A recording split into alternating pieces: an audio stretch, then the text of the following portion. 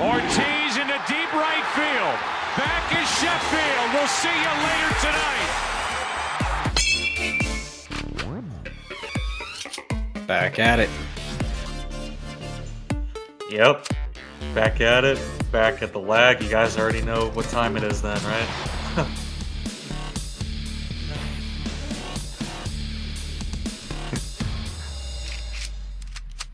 Yeah, it's like we've been sitting here talking for the last 5-10 minutes, no lag, and now all of a sudden it seems to press play. But anyways, it's May 6, 2025.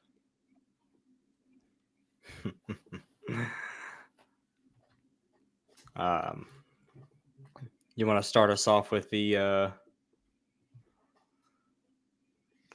on this day? Yeah, I'll go ahead and do that. Well, I got a happy birthday to Willie Mays. Born on this day in 1931. So happy birthday to Willie Mays. Rest in peace. And then my on this day, you might have had this one. Back in 98, Kerry Wood struck out 20 against the Houston Astros.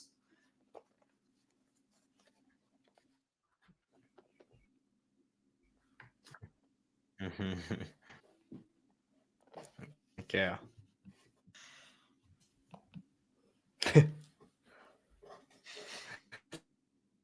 Yeah, so I did have the Kerry Wood stat. I kind of figured that you would have that. I knew you like Kerry Wood, and someone that we got to watch a little bit growing up. 20 strikeouts is crazy.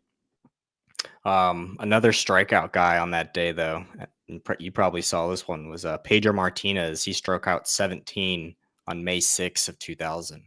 So pretty cool. He did that against the Devil Rays at Fenway Park. He walked one, and he allowed 6 hits in a complete game. So classic Pedro Martinez right there. I'm sure that if you want to go watch that, you can go see that somewhere, probably online. And then he matched that again. He has 17 strikeouts against the Yankees in September of '99. So the year before, he also had 17.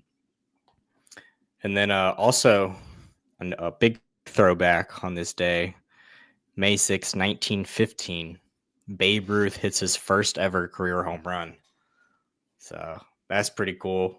Oh, yeah. He did that at Polo Grounds as well against the Red Sox, where they won 4-3 in 13 innings. So that's pretty cool. Babe Ruth, one of the best ever, do it, 714 career home runs, and today was his first. That many years ago, 1915. Yeah, it's pretty wild.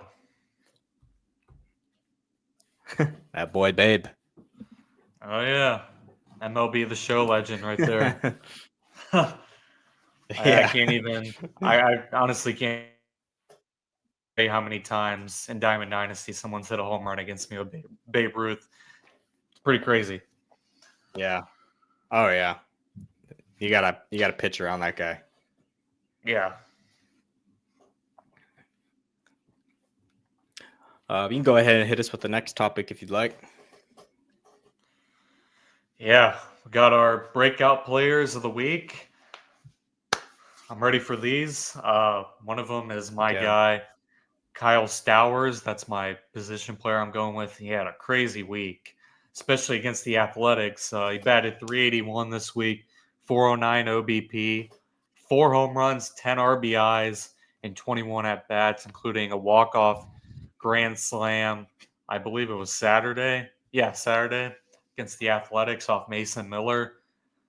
2 home run day for him, 6 RBIs. It was crazy. It's been really fun having him on my fantasy team so far. And then he's my pitcher, monster. Yeah, I'm excited to see what he does the rest of the season. Then my pitcher is a little bit of a throwback guy, Jacob deGrom. It's good seeing him back on the mound. 11 1/3 innings pitched, 10 strikeouts, 2 wins, 1 quality start. 0.82 ERA, and a 0.82 WHIP. So classic healthy Jacob deGrom. So Yeah. glad to see it.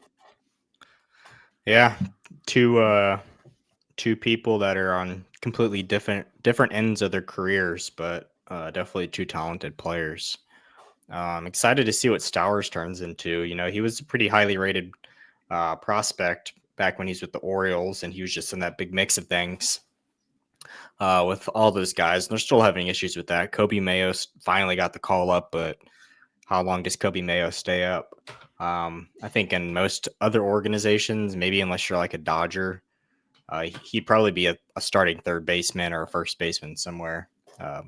But and same with Stowers, Stowers and Norby. Those were two guys that left Baltimore and went over to Miami, and they're everyday players there now, and that's because they're talented like that. They have some fun people over there, man. What's the other guy that's been popping off? Dane Myers. Man, and his baseball savant stats look great. If you look into him, his minor league stats are actually pretty impressive.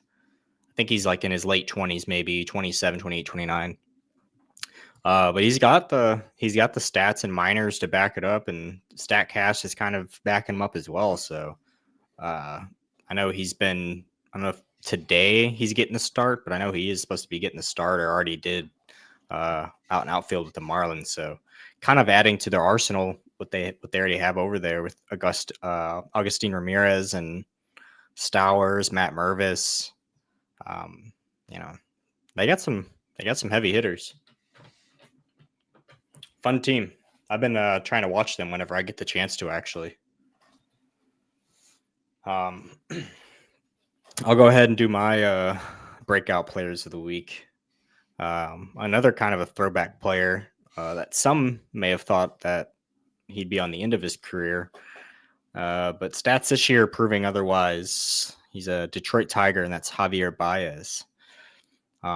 Last 7 games, he's been batting 24 at bats. He's got 9 runs, 9 hits, 3 home runs, 9 RBIs, 1 walk, stolen base. He's batting 375 with the 423 OBP, slugging 875.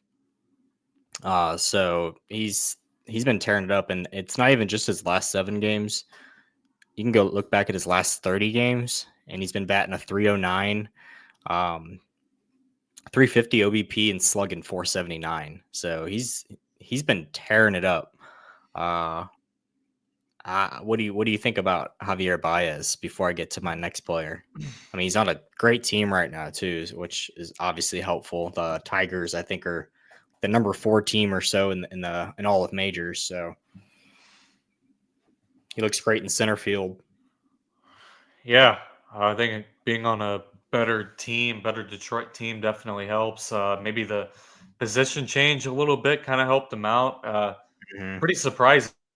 Most people thought he probably wouldn't get much time this season. He just hasn't really been himself since he left the Cubs, and now starting off this season, he's been really good. So, yep. I love it. And I mean, we've seen what Javi Báez can do in his past. He used to have all the package. I mean, he was a successful shortstop, and maybe him moving to the outfield's helped him out. But it'd be cool to see him get back to place where he was. I mean, he's had 2 seasons where he's hit over 30 home runs. Another close one at 29 home runs. He's had a season where he hit 111 RBIs. I mean, 21 stolen base season. We know what he's got, but I haven't picked him up in fantasy yet. I feel like he's going to get scooped up here soon. Right by Rob. Yeah. My next player is Atlanta Braves AJ Smith-Shawver. He's always had a pretty big background too. Big name talk coming through the system, and his last game was really his best game. He was able to go 8 innings where he let up 1 hit, no earned runs, he did have 4 walks and 5 strikeouts. So the walks was the most he's ever had, but he did it all, I think, on 99 pitches. He looked great. It's his first time he's worked past the 6th inning. But his games before that, the most he's lit up is 3 runs, and he did have 3 walks. So he's still got a little bit of a walk issue. But he's only 22 years old. So I think he's got some serious talent there, and I think he's gonna. He keeps looking like this. I think he'll stay in that Atlanta Braves rotation this season. What do you think on AJ Smith-Shawver? Yeah, I agree. In the kind of a rotation where the Braves definitely need it. Spencer Strider, going back on the IL. Bryce Elder still trying to find himself. Kind of, it works well with Schwellenbach. Him and Schwellenbach at the top of that rotation. So I like it. And with Ronaldo Lopez, he's going to miss majority of the season. He may not even come back. He's not due back until I think like August or maybe September. So Braves playoffs, are more likely a place he'll probably make his appearance back. But I think AJ's a pretty good fit right now for the Braves who need it. And we'll say also, I'm kind of upset at myself for this because I didn't do it in time, but Jackson Merrill has been activated off the IL finally. He'll join the Padres in New York. He was there actually yesterday. The only reason I didn't take him off the IL yet is because he came in yesterday and he didn't play. I didn't really look too much into it, but he was still listed on the IL up until just a few minutes ago. So he'll probably see some playing time tonight. I imagine he'll get the start. I don't know, but glad to see Jackson Merrill back. An already really good San Diego Padres team. Yep.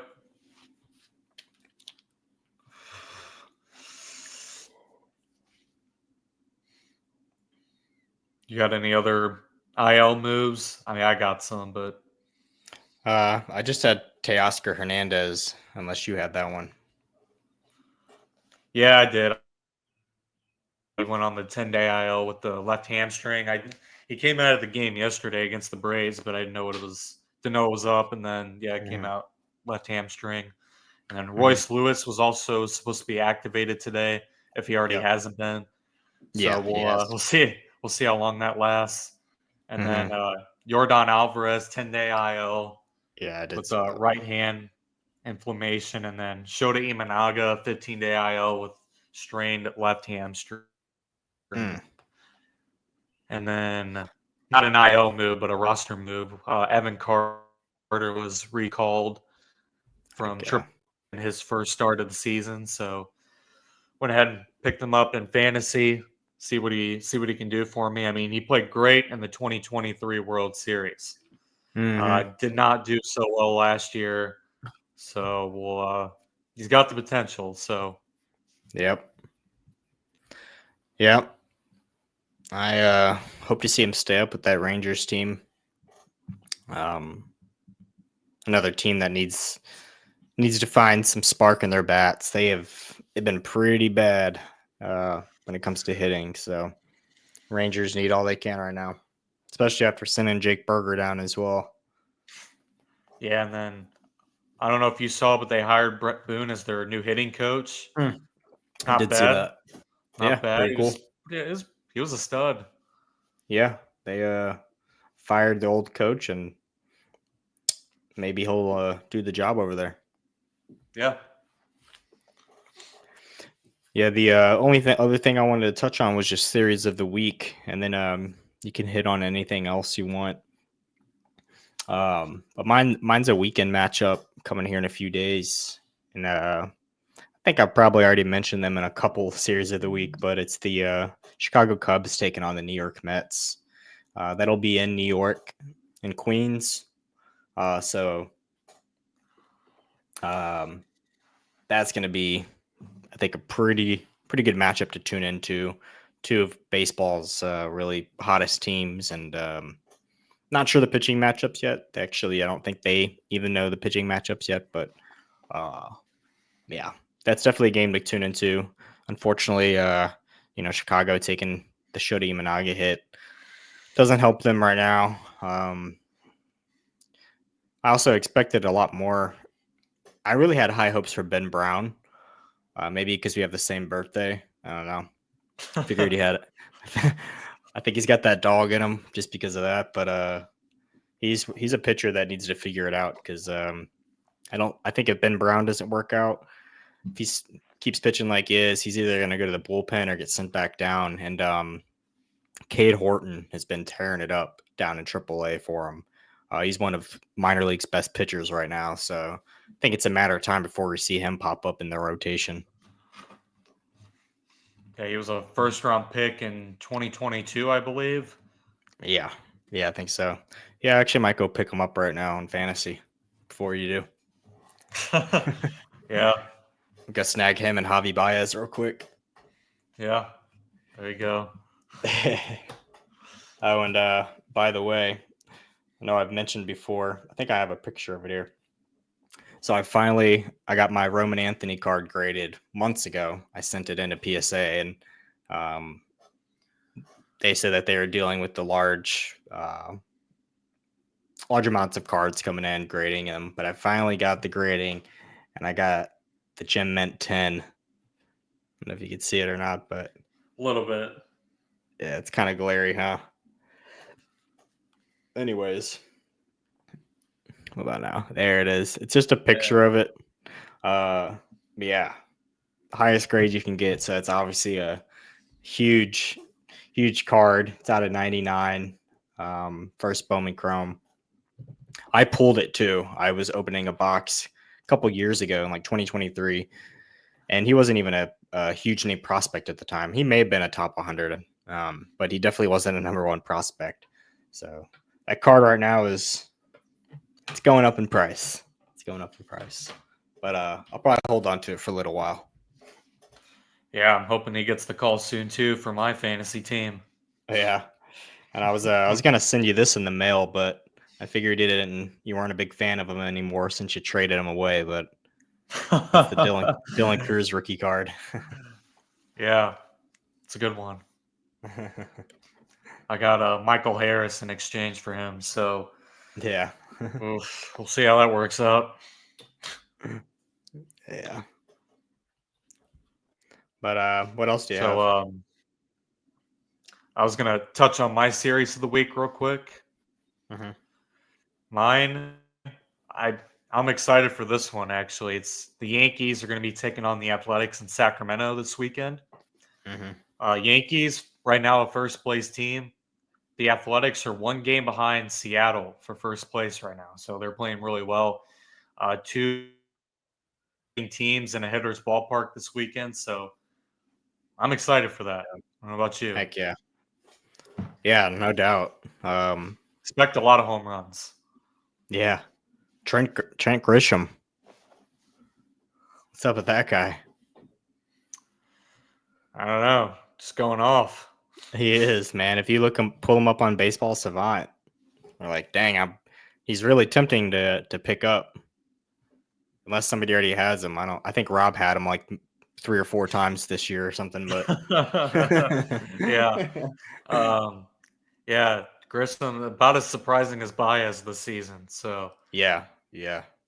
2 guys to keep an eye on. I mean, if they're still doing this next month, they might have himself a good season. yeah, I think Rob did have him at one time. I'm not sure if he still does. He had him for 1 game probably. Yeah, And then he didn't do anything, so he dropped him. Yes, he dropped him. Yeah. Yeah. And then the day he dropped him, he probably hit a home run. Yeah, probably a couple. What else did you have? I didn't have anything, just to tune into that crazy stat. Yeah. So this stat I kind of wanted to touch on triples real quick because believe it or not, triples were a bit more common back in the older day of baseball. I mean, they're still There's still triples, but there's definitely not as many. Mhm. And getting a triple is pretty hard to do. You have to hit it in the right place, and you have to have some sort of speed most of the time. All right. So, uh, do you have any idea who has the most triples in one season ever?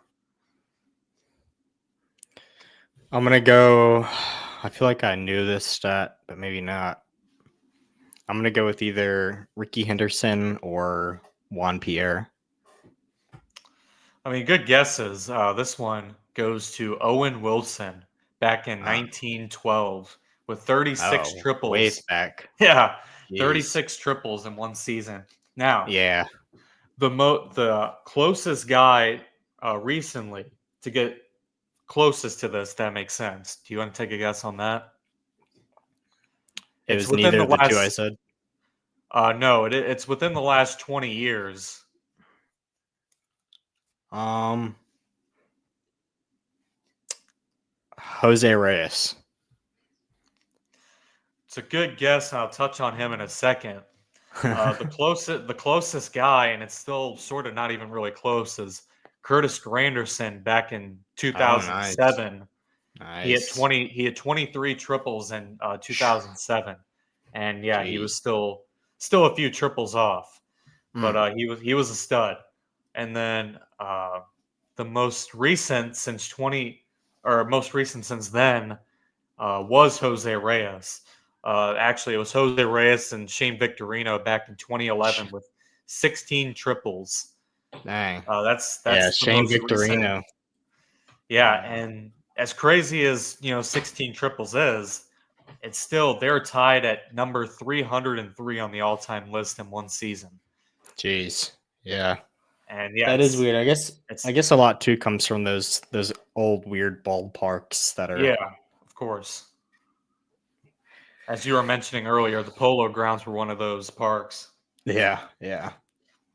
Yeah, But dang, I yeah, just looked for my fantasy and Jackson Merrill starting today and I can't. He's on my IL. I didn't activate him in time because there's that I guess the Nationals game happened earlier.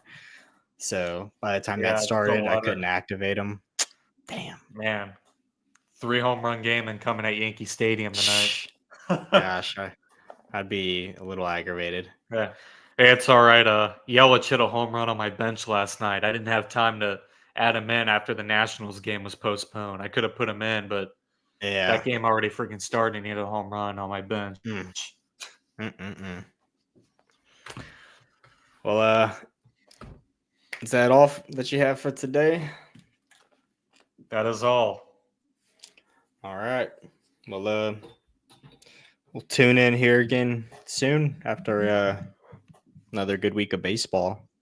Do a little recap here on Thursday or Friday and see what's coming up for the weekend. And every day is gonna be some news. Have some Jackson Merrill news. See how he's doing the next few days. But Yeah, for other sure. than that, 643 talk. peace. Peace out.